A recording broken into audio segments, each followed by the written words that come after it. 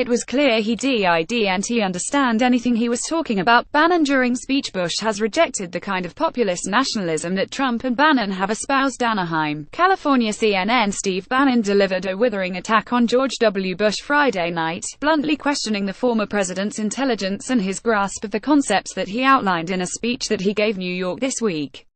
There has not been a more destructive presidency than George Bush's, Bannon said during his dinner-time address at the convention banquet of the California Republican Party.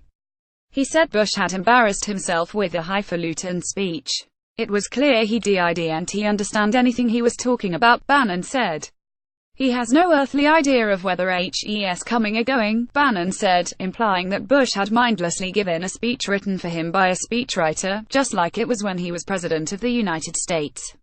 Bannon's sharply worded takedown of the 43rd president, who disappointed many of his GOP supporters with his huge increases in government spending and lengthy military entanglements abroad, illustrated the deepening divide within the Republican Party, and foreshadowed what Bannon has described as a season of war on the Republican establishment a year before the 2018 midterm elections. It was prompted by Bush's speech Thursday rejecting the kind of populist nationalism that President Trump and his former top strategist have espoused. Without mentioning Trump's name, Bush alluded to recent controversies that have engulfed Trump's presidency, namely his puzzling response to the violence in Charlottesville after a gathering of white supremacists.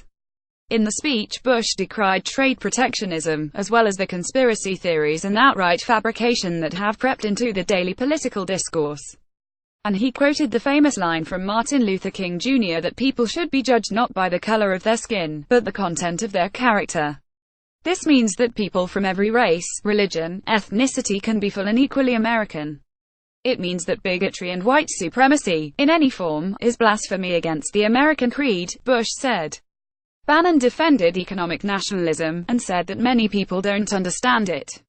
It's not about your race, your color, your gender, your religion, your ethnicity, your sexual preference, he said. It's about one thing: are you a citizen of the United States of America? Because if you're a citizen, there are certain responsibilities and obligations that come with that, but as a citizen also you should have preference for jobs and economic opportunities. The reaction to Bannon's scathing criticism of Bush was mixed. At first, some in the crowd had booed loudly at the mere mention of Bush's name. There was also scattered applause and some shouts of support. But others in the crowd remained quiet, asserting that his wing of the party is in the midst of assembling a grassroots army. Bannon issued a call to action to those who share his point of view. The permanent political class that runs this country is one of the great dangers that we face in this country, he said. He cited the September victory of Judge Roy Moore in Alabama's runoff for U.S. Senate as evidence that his brand of politics could triumph even when up against money from the donor class and money raised by Senate Majority Leader Mitch McConnell. When you merge economic populists and evangelicals, he said, the combination is unstoppable. A call for unity. Ironically, Bannon's speech began as a call for unity within the Republican Party.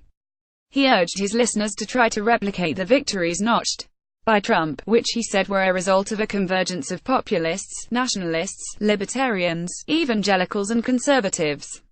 If you have the wisdom, the strength, the tenacity to hold that coalition together, we will govern for 50 to 75 years, he said to loud applause. He noted that Republicans have control of the House, the Senate and the executive branch. There's absolutely nothing we can do, if we do one thing, if we move with urgency. Bannon also seemed bullish about Republican chances of maintaining control of the 23 districts that Hillary Clinton won that are represented by a Republican. His optimism stems in part, he said, from the fact that the Democrats have moved so far to the left. Alluding to the good fools who were protesting his speech outside the Anaheim Marriott, he said they're going to drag the party so far to the left that we're going to hold those districts, he said. And Nancy Pelosi is not going to get the chance to impeach the President of the United States. Bannon also dispatched an arrow at Karl Rove, who wrote what he called a very unfriendly piece about Bannon's plans for recruiting midterm candidates in the opinion pages of the Wall Street Journal.